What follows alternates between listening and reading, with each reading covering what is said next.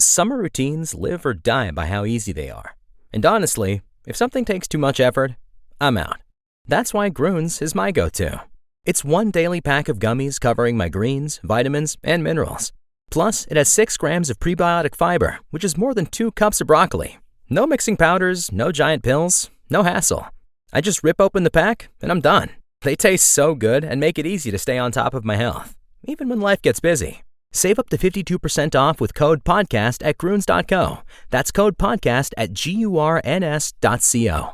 Hello and welcome to IMP's AEW Adventures podcast on the Social Suplex Podcast Network. Help the network out by leaving us a 5-star review, give a donation directly through Red Circle, and become one of the amazing community by joining the Social Suplex Discord. A link is in the description. Read the Social Suplex newsletter. Shout out to Trish and Tim as always, and to every person who's contributed so far. Listen to the other top-notch shows here on the Social Suplex Podcast Network: One Nation Radio, Keeping It Strong Style, All Things Elite, Wrestling Art with Chris Things, Trish and Sarah, Tunnel Talk, Sam Brown's AEW Match Guide, and Joshing Around. My name is Matt Mayer, aka Imp, and this is your quick look back at the AEW week that was. 30 minutes in San Diego, sunny California for both Dynamite and Collision. This week airing on Wednesday and a Thursday. Because of World Cup, because of, life, I didn't watch Collision until the Sunday. So for me, it felt like a normal week, but I am fully aware it was like a wham bam in the middle of the week. And it's the aftermath of Forbidden Door. Often a little side quest pay-per-view this week used to absolutely tunnel and focus us towards All In. Very much feeling like a road to All In. The Owen Hart Cup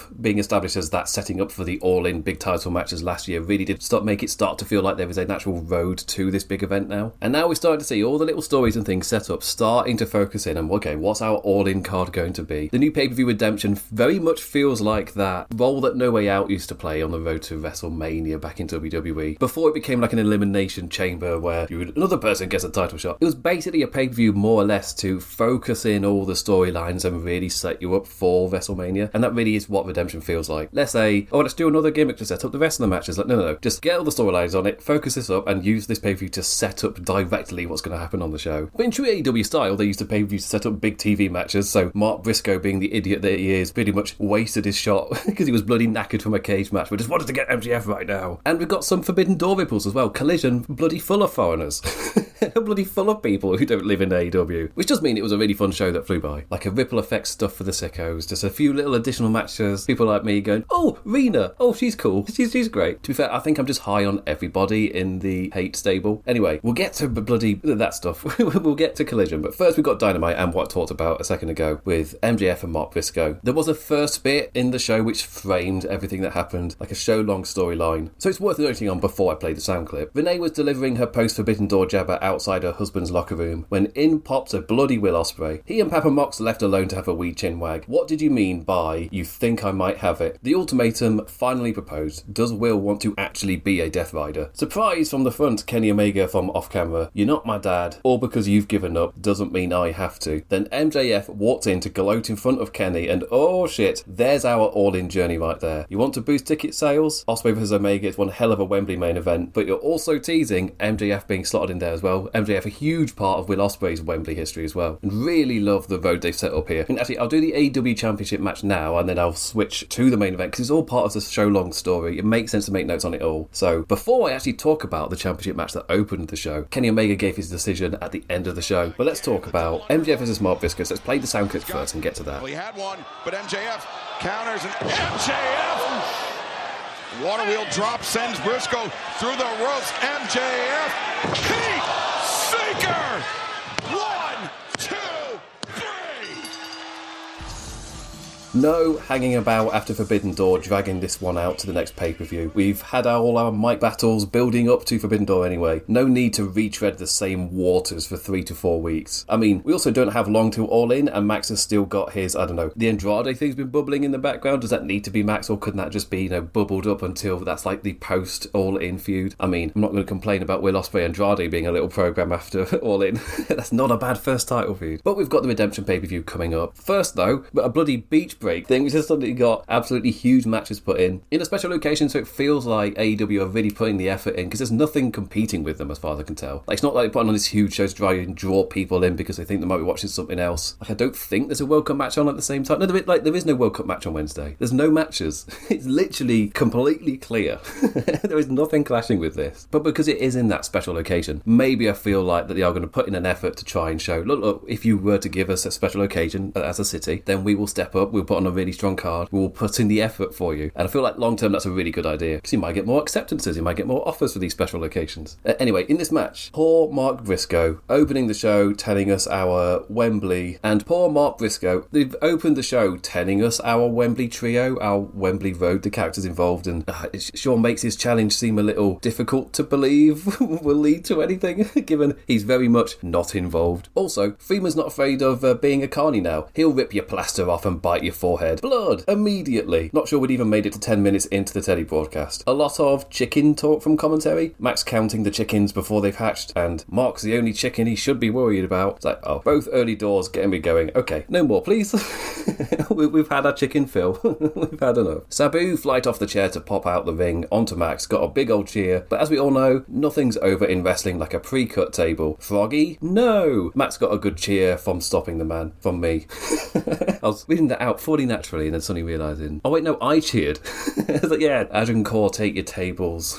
Toss Briscoe onto the apron before flipping the table and neatly putting it back away under the ring. Yes, clap, clap, clap. I won't clap because, my mic will spike. Ringside mat up, exposed concrete teasing. Max got slammed. Cactus Jack elbow off the apron. Thud and a slap on the connection for an oof, like not nice at all. That cutthroat driver thing still looking just as lovely as last week. The table back out, you can just stop it. Red dots all over it, with Briscoe dripping blood as he set it up. Beating Max up again, but again just desperate to hit that froggy bow through the table. Slipped on the steps as he went for it, like, uh-oh. Like, all good. Like, he did his kung fu wah afterwards, just to completely bring the crowd back onto his side. And huzzah! Froggy bow through the table. Good on you, Mark. You got your table. Back in the ring to refocus on pinning the bastard. Froggy bow, Jay Drilla just hits them both, like, both hit and a kick out. Like, Freeman getting to show that champion's fight. But don't worry, in his offense he got to swing right back into being that champion dickhead, just surviving with his white wrestling undies covered in Briscoe's head blood. Alabama slam with an oomph. Briscoe primed for that heat seeker. 1, 2, 3. So a little bit of being a dick to get the win, but he went full dickhead mode after the match. The diamond ring on to finish this wee story off. I'm the man, all toxic up in the corner flexing. Kick the medics away to strike again. Briscoe slow and groggy, bloody middle fingers. When Kenny Omega slid in and shooed the champion away, grabbed the mic for his little chinwag. Don't act surprised, I told you. Challenged Max for a match tonight, and has Max properly learned his lesson over the course of his title reign? Yes, of course he has. Of course he said, no, it's bad enough I had to wrestle that white trash tonight. But I like that where we've seen like an amped up scenario where Max might get teased into it, but because of what happened with Darby Allin, what's happened over the course of this reign, Max is no longer going to take sudden surprise matches. You can't goad him into it anymore, which results in scenarios like we got on this show. Max backstage was all over confident and sweaty, interviewed by Renee, listed all the opponents he's beaten, and Kenny wants to face him again. Like, sure, if he loses, he can't challenge again though. Putting that Hangman stipulation on there, saying that Kenny would never agree to his terms for a title match because Kenny Omega is literally gutless, right in the diverticulitis. Ospreay, he just walked in like, careful there, Max, you'll hurt your neck sucking yourself off like that. Yep. Definitely well written, that one. Later on, the Young Bucks were arguing with Kenny about him potentially agreeing, told them he's not decided, but if he does take it, then because of the kind of champion he was last time, he wants to do it on his own. Back when he was a baddie with the Don Callis and the Elite on the whole baddie run, the whole point being that they were going to crown Hangman, so obviously they were playing the counterparts to the Hangers stuff. But that brought us to the main event, Kenny Omega's decision. There was the whole survival of the fittest, which I'll get to. I thought that match was a massive disappointment. But instead of that built-up match being the main event, it was Kenny Omega making his decision for redemption. And to be fair, the way the TBS title match went, like, I would have been pretty disappointed if that was the main event. Well, maybe it would have been booked differently if it was the main event.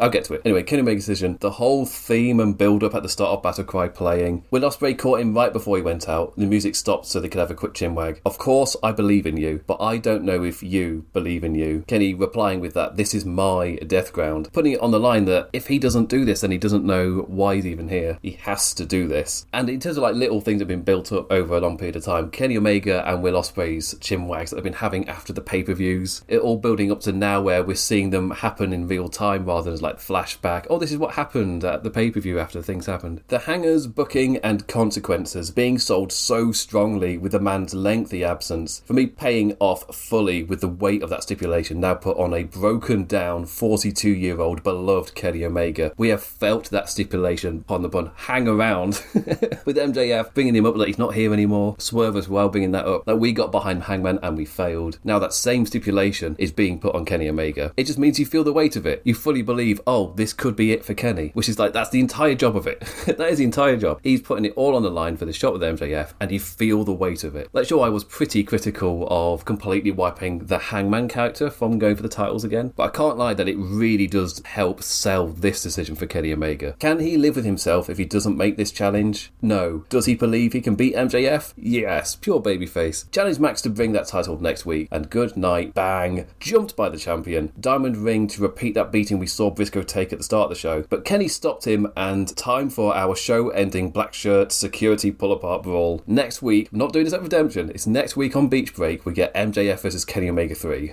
Just like no hanging about. I just personally thought, oh, they're going to be like building this up to happen at Redemption. Yes, I knew there was the special coming next week, but I thought Kenny Omega MJF 3, you sell a pay-per-view with that, you do pretty well. But they're doing something else with Beach Break, and because it's been a little while since the show happened, I've been able to see people's theories and wild ideas for what could happen next Wednesday that didn't screw things. Like, in terms of normal wrestling flow, there are people who've been predicting only really like two scenarios. Kenny Omega wins and he does some form of thing at Redemption. MJF retains in some form of screw fashion. But within both of those finishes have been quite a few predictions of how it ends. With the pay-per-view called Redemption as well, there was a theory of could Hangman Page return and absolutely take out, and so he can like correct the error that he made in losing, so he can redeem himself in a way. Or is that saved for Redemption? MJF retains, Hangman comes back in some different way, and then he's the one to challenge at the Redemption pay-per-view. Like, honestly, I just thought we were going to get a relatively standard build just because it's super exciting what they're going to be doing from Redemption towards All In, but I didn't think you needed like crazy ideas. Suddenly they're doing it this week. It's like, oh, well, that means you also need something for Redemption. So we've basically got this stop and we've got Redemption, where two scenarios where wild things could happen in terms of changing the picture for the All In main event. Whatever they do, the fact that there's all these exciting ideas being thrown out by the fans means they're engaged. It means they're invested, so job well done. I feel like for this, there is no such thing as, oh, you didn't do the thing that I wanted, therefore it equals bad. When there's so many good ideas and it feels like every single one of them is a good idea, so it doesn't really matter which one you take. As long as you get to that end mark, Will Ospreay raising that title at All In, you don't do anything to take that moment away. Because we're invested in his character and have done all of that work to get us invested, and it feels like they're setting him up really well just to give him a bit more of a boost. That's the ending shot for All In. How we actually get there, and even what the match specifically is, there's lots of really great ideas. I don't really mind which one you pick, be it the triple threat with MJF, be it straight with Kenny Omega. I've thrown Hangman in there because I don't really know what their plan is, and it's called Redemption. That's literally all the logic I've got. Because immediately there is that question, why is it called Redemption? Redemption for who? Like, who loses what? Who needs to be redeemed for what? It's like the only clue you've got when you're trying to connect all the dots. Anyway, yeah, the build for this has been done so well. It sometimes makes me question, where's this attention elsewhere? But it's so excellently done for all of the characters involved. It just means that they're heading towards a really hot fire main event. Absolutely feels like this crowning moment for Will Ospreay has been given so much behind it that it's just gonna hit. Like, I really struggle to see a world where they don't nail this. It really does help where you put in all that work beforehand. It makes this part easier. Suddenly you've got all the toys to play with. Like when Sam Brown did his AEW Rumble via just randomising a Spotify playlist. That was a case in point where you've put all of that work into the characters. Something like that, when all those pieces come together, it can kind of write itself. I mean, to be fair, this was a story being told, and they knew where they wanted to get to. So they've been playing the story out, doing its little pieces, work themselves backwards. Or we can do this here, we can have them talk here and say about this. That's how you can tell that the Kenny Omega Will Ospreay main event was the story, was the idea the entire time. None of that WWE bullshit. It's like, oh, we're going to do Cody versus Roman Reigns the entire time. When you watch the TV show, we're like, but the points aren't there for it.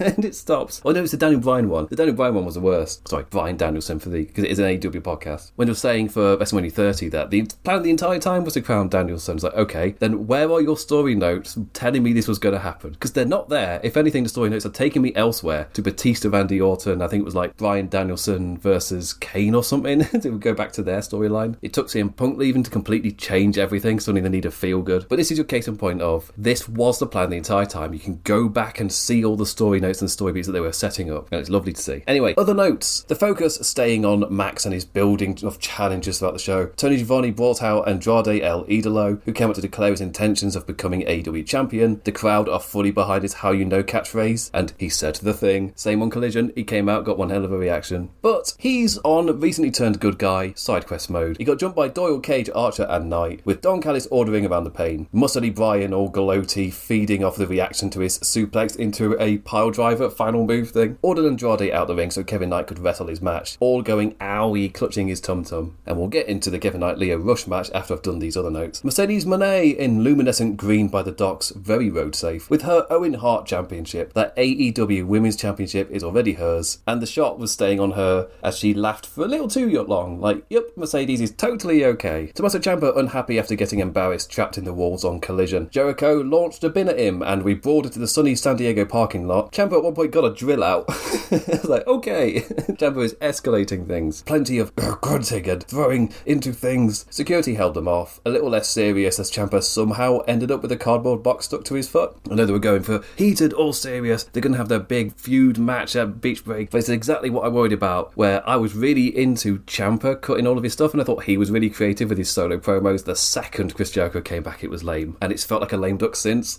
And I've just not been into it. It's not that I'm not buying the animosity. It's more that I'm really struggling to care about the Jericho character. For me, Ciampa nailed his role. I thought he did great. It just died the second Jericho came back and made cheesy, corny chants and stuff like that. And everything Ciampa was saying and the way that Jericho was acting was like, oh, but Ciampa's just right. This isn't one of those where I feel like Jericho should be beating him up or anything, or Ciampa's gone too far. I mean, he nearly went too far trying to drill the man, but still it was not entirely earned for what they'd done, and it's just been lame since Jericho's come back. So hopefully it pays off at Beach Break, and I don't want to say that's that. It's more that it feels like at the moment anyone is going to get trapped in the Jericho thing. Gets to do good character work when they're by themselves, they get TV time, they get to enhance things, so it feels like the Ciampa character, as long as he moves on after this match, which is the other Jericho problem, as long as he moves on, he's done some good character work, and he can just move into the next thing. But it's not benefiting Jericho at all.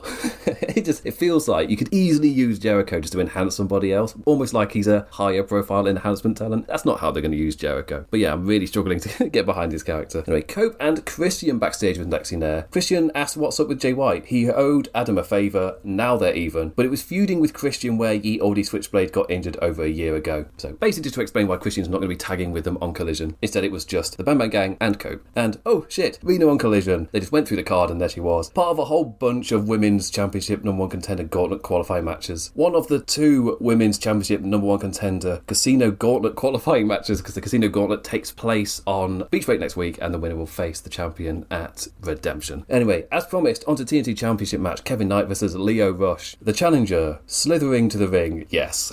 Yes, I love that for Leo. Out with his own backpack. I mean, always a chance it's just an ordinary backpack and after Sunday he just thinks there's always surprises in backpacks. For AEW's sake, I hope there is something. Condition us to pop the backpacks, Tony.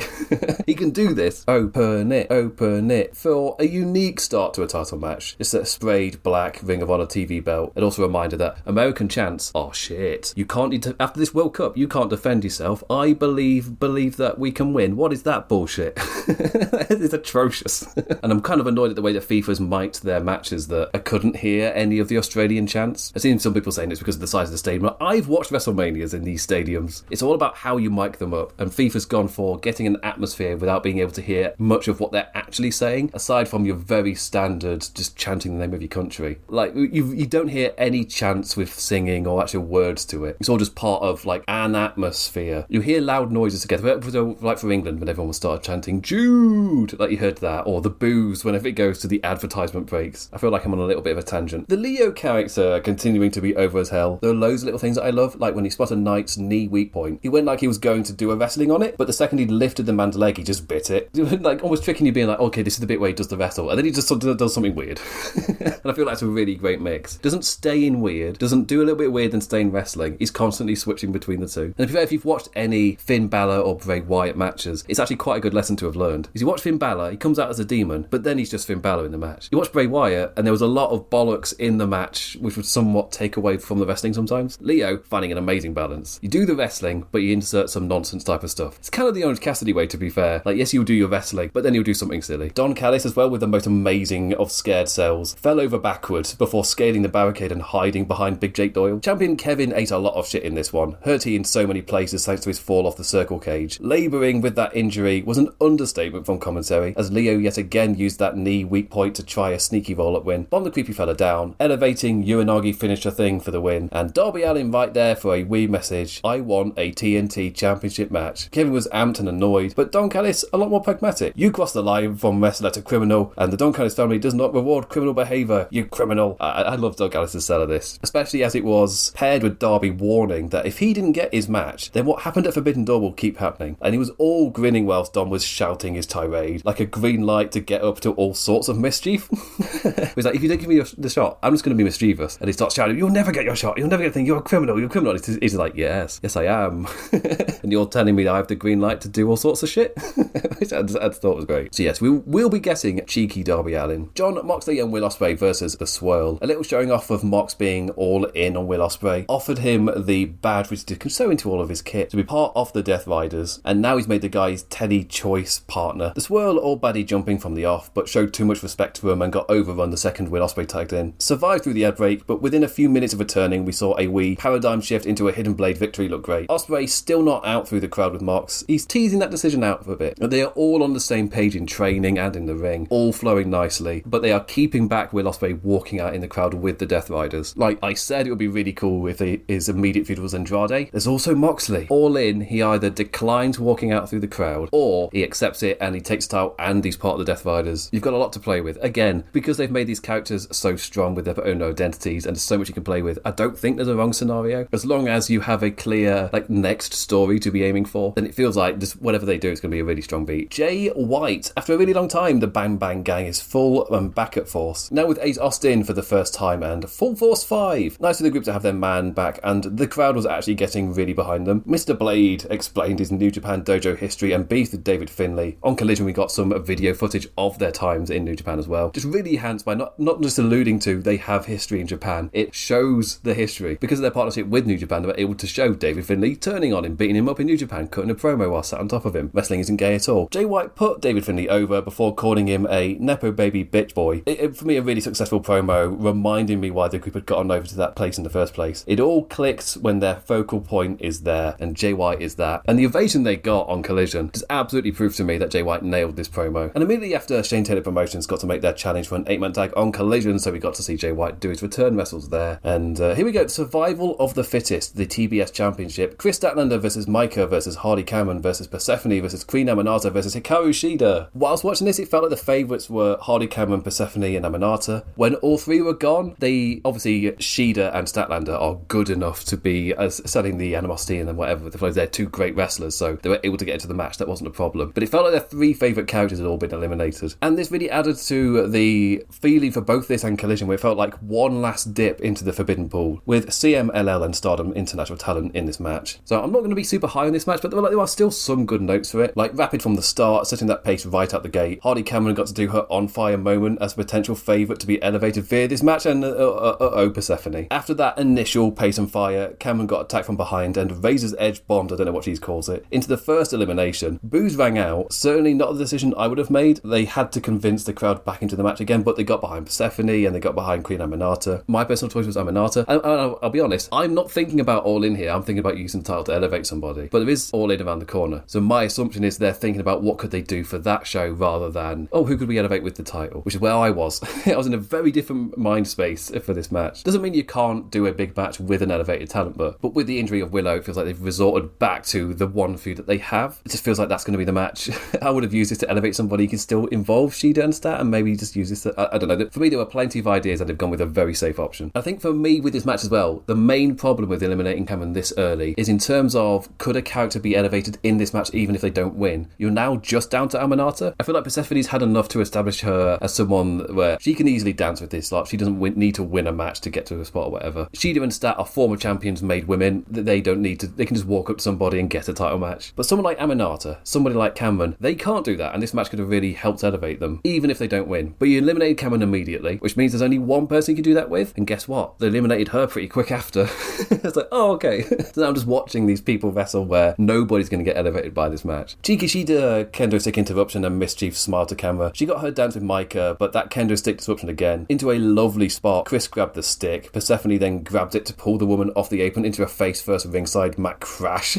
Like, Chris just sold that face first. Absolutely crazy. At the start, I was like, yeah, give these women the full run to the end of the show, but our announcer didn't say this was the main event. Then I watched the flow and I just kind of felt, I don't know, a little disappointed. Like, the bulk of this match could have been so much fun, but it was just fine. Like, my least favourite flow for a multi-talent match with 2 in the ring and the rest out of it, and then when one goes down, you slide back in. And then they eliminated Aminata. Boo! Like, hey, you know me and my chipper enjoying of AEW, but I was so disappointed in this match. Persephone, the Boo Baddie, eliminated both our young favourites. Down to 3, we had her versus Stat next. She did down the whole time, and man, watching Daniel Joe Styles for the AEW Match Guide podcast did not help my enjoyment here. Watching Stat and Persephone try, but with Shida down in the corner the whole shot, I'm just waiting for her to rise to ignite however the next elimination happens, which is another problem with this match. We got so many in a row which were surprise roll-up pins. Came down to the storied feud of Shida and Stat. Villain with the TBS Championship to wallop, but Stat had her number. Not the Mexican area code though. Persephone from out of nowhere with the shot to the head ringside to knock the lass out. Shida's character's great, now a champion, but they built this match up well and it was absolutely okay. Just constantly telling us how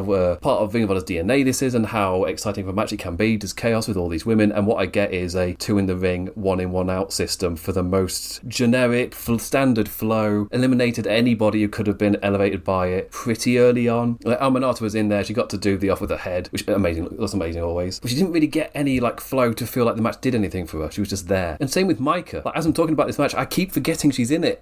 You had an international talent in Micah coming into this match, had the match with Sky Blue to get into this thing as well, and she was just kind of there. Yeah, I was incredibly disappointed in this match. I thought this could have been a highlight for the women's division, just to really give them time and to space out, but even if they'd given them time, if this was the flow they were going to do, then it was not going to be time that was going to be used wisely. So yes, incredibly disappointed in this. Anyway, let's flip on over to Collision, San Diego, California. I can't hang about too long because it is sweaty in the recording room. It's in the summer, man. I can't get through these recordings quick enough. As much as I love wrestling and blabbing on about stuff to a wall, sometimes it gets to a point. Okay, let's just get on topic. Thank God I don't do any recordings with James Boyd anymore. Whoa, those were big tangents. Those shows were so long. Anyway, Collision, San Diego, California. Part of this extended recording, I think, unless it took place on Thursday as well. It felt like a long recording given the way that they paced the Collision. Anyway, tangent. A collision of extra Forbidden Door foreign promotion fun. Shingo and Maloney, ELP, already stated Rena. So let's get to it, starting off with one of those foreign promotion fun times. Claudio Castagnoli and Pac of the Death Riders versus Unbound Companies, Shingo Takagi and Drilla Dan Maloney. Garcia from behind. Evening. Buyer's remorse. Buy a new car? I'll be moving in. Let's get started.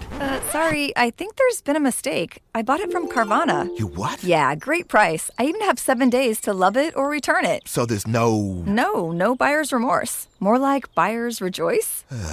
I guess I'll let myself out.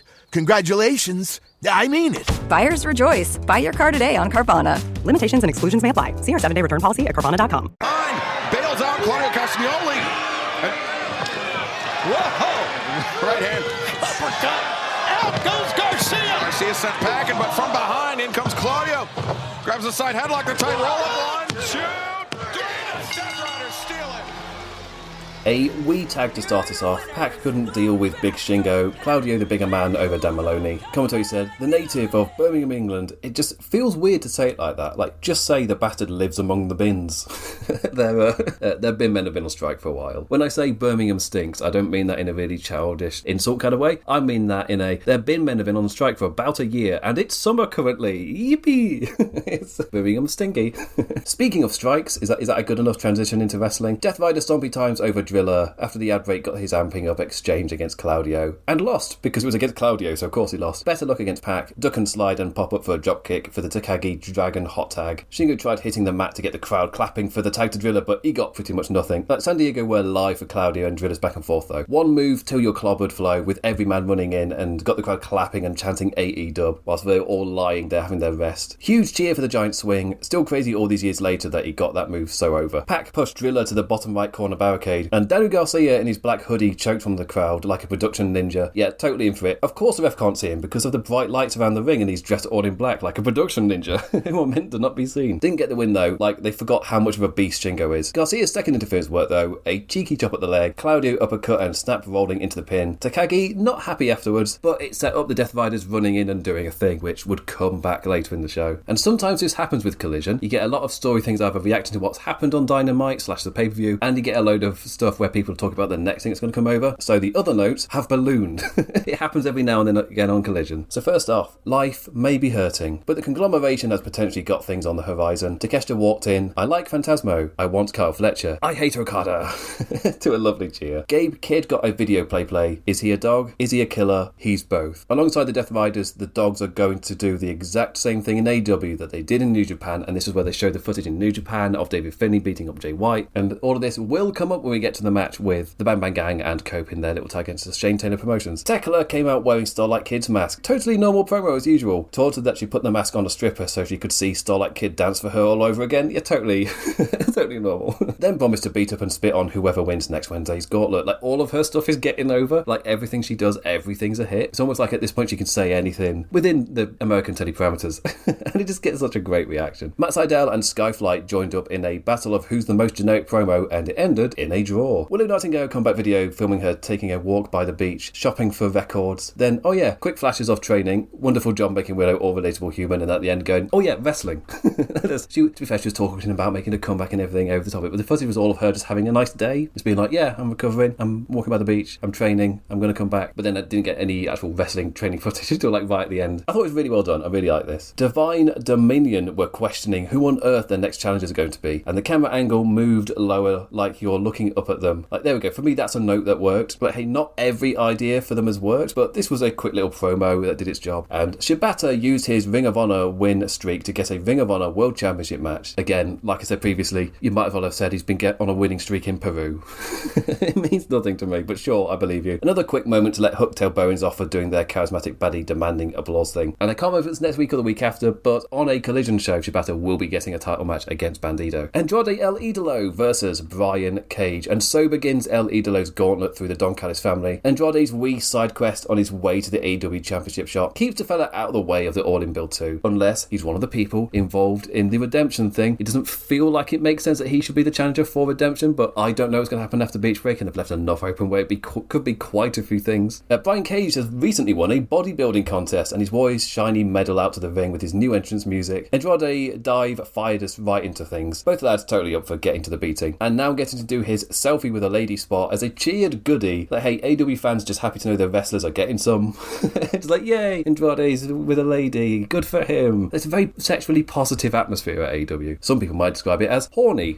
There's different ways of describing the same thing. Cage a total dickhead for posing in front of the woman though. You're a married man, Brian. And boo, my fuck Don Callis got censored again. Just generic crowd fuzz as I see middle fingers raised up at the announce desk. Andrade aimed his offense on Cage at the man, giving him a cheeky look after each one. Big Brian got his way in because of it, and bloody hell, the crowd on their feet applauding with the large muscly gentleman hitting his 619. Like, kudos to production as well, like wisely cutting to the wide shot for it. Being like, he's a large muscly gentleman, there is a chance that the actual connection looks shit. So instead of doing like a reverse shots where you can see the selling of it or whatever, just do a wide shot so we've got no chance of even knowing if it was even close to looking good. It doesn't matter. And of course the crowd popped huge for it, so the wide shot was a really good idea. Cage down from high after a headbutt, Andrade able to hit the end of his Eddie tribute with the flog splash, and San Diego was so damn loud into this match, really reacting to the kick out, fully clapping behind Andrade as he then charged in with his knees. Take them off. Now a chant that just exists in the late match float hype for Andrade's matches. Like, I guess that's the time to do it. You could do it early on. I loved it when he did it against Orange Cassidy as almost like a tactical decision. Hey, you can't put your hands in my pockets if I don't have any. But it almost feels like, whilst he's a good guy, when they get into his amped flow and he's on top towards the end of the match and it feels like he could maybe win, him taking him off right there as part of the amped up hype feels like it's a pretty good time to be placing that. No rolling elbow for Brian. Boot spinning elbow snapped to his face. DM, El Idolo wins. Mic in hand after, short and sweet, up in the corner to jabber at Callis. You think this is over? I have one question. And the crowd all bubbled, ready for the catchphrase, how you know. Like, his catchphrase is just so fully over. Mina Shirakawa and Thunder Rosa versus Jobbers, Zara and Bethrika. Ah yes, Bethrika, a return jobber lady for AEW. This time she got to attempt to hit Mina and miss every single one of them like a kid's movie villain, but she did get to make the swing, so, you know, baby steps as a jobber. California were chanting for Thunder Rosa. Mexico jersey off in her amped hype for the corner charges. I'm pretty certain tits out means it hurts more, right? It's basic logic. Package pile driver for the win. Booby shake all happy cheering afterwards. I guess is that the idea for the team?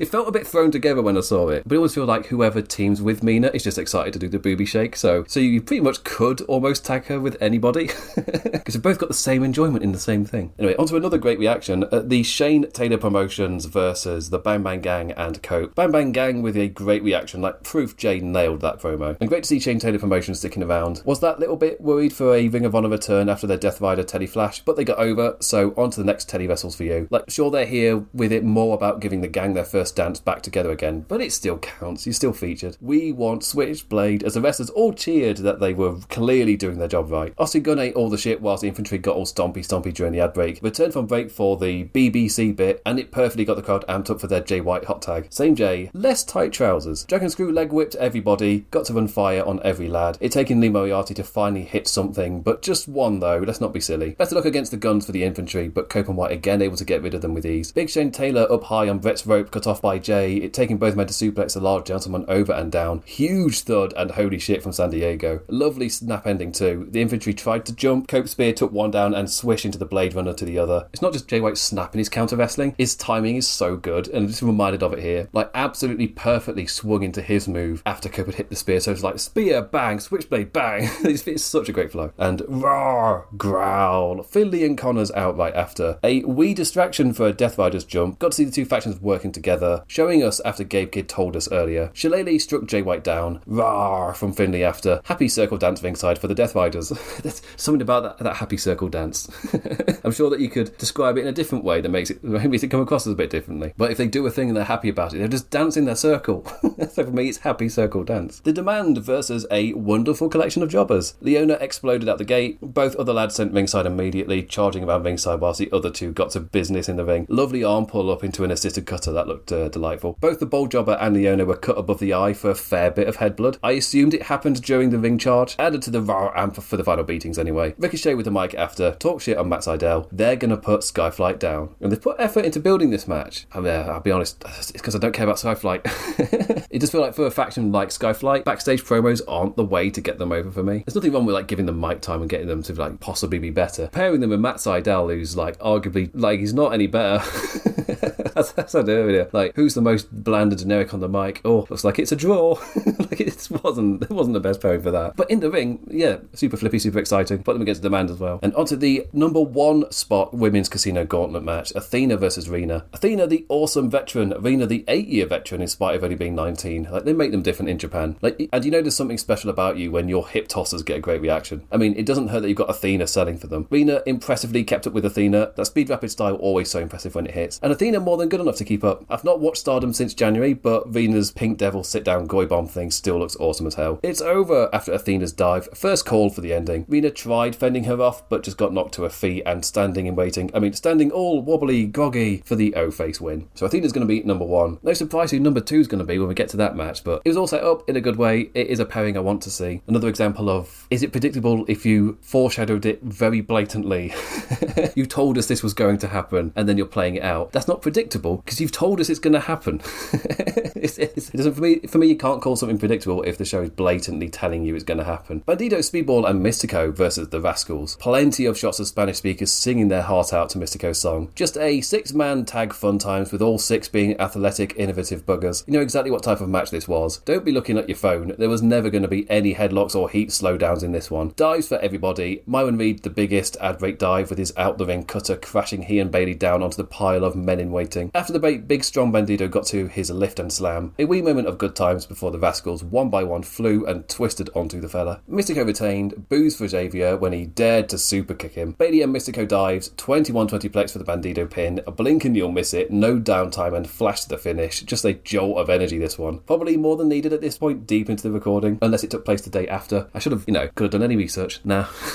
Nah. I watched Wednesday, I checked back in on Sunday. I watched stuff late and everything. Roosh versus Jobber Cruz. It's been a minute, but Roosh and his intensity got to release some frustration on a poor Collision jobber lad. Tossed around ringside, stomped in the corner, messed with the ball and got the horns. 1, 2, 3, passed the mic after. Viva Mexico, bleep. I like my AEW to not be censored. I don't need a too hot for TV, uncensored AEW. Like, no. Like, you're allowing all the violence. Allow me some swears.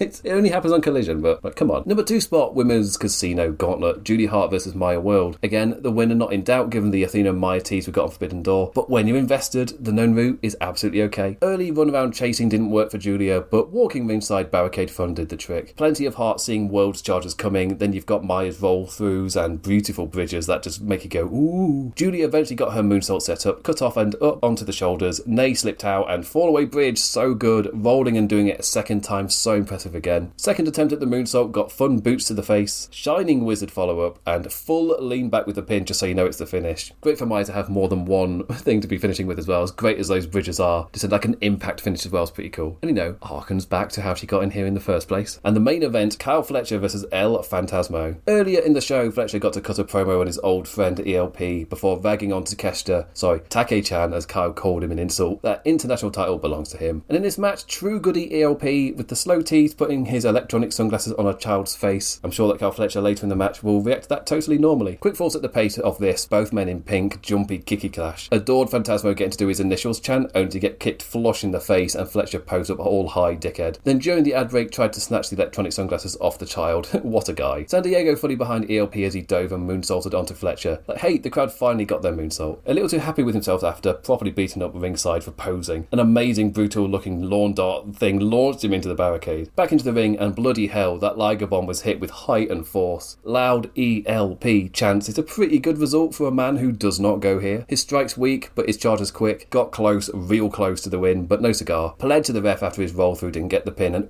charging knee ended the man. Fletcher made sure though, another brutal looking lawn dart, this time to the turnbuckle. Brainbuster for the win. Booze as Don Callis took a moment to speak. I just really like how this flow went for Kyle Fletcher. Because we see it sometimes where a wrestler, over the course of their title reign, where challengers might start to find them out, and that means the champion then has to innovate, do something slightly different. And Kyle Fletcher did that over his run. But that way of ending a match has continued afterwards, so it doesn't really feel like, the AEW guy beating the New Japan guy. El Phantasmo, even in New Japan, is very beatable.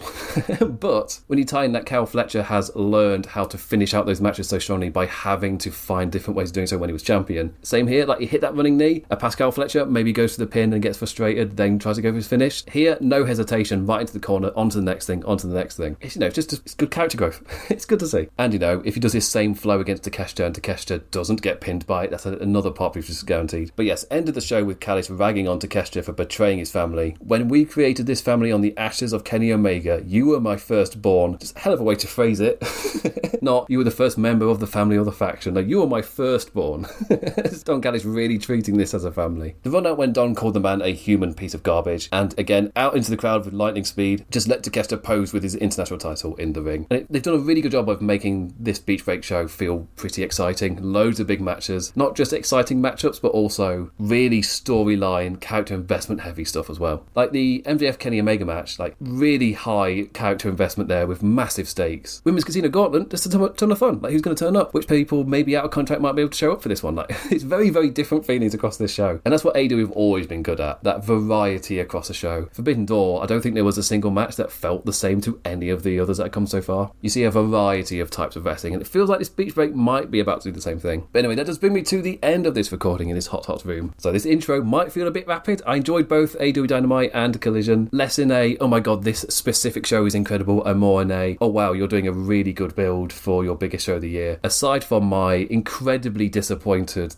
reactions to the Survival of the Fittest match, if they hadn't built it up as much, then maybe I wouldn't have minded. If off the injury of Willow Nightingale, there wasn't suddenly an opportunity to do something slightly new. But and even if you don't go with something new, the fact that the match didn't try to even to elevate anybody, it just very was. Persephone might have something with Chris Statlander coming out of this, but I don't know.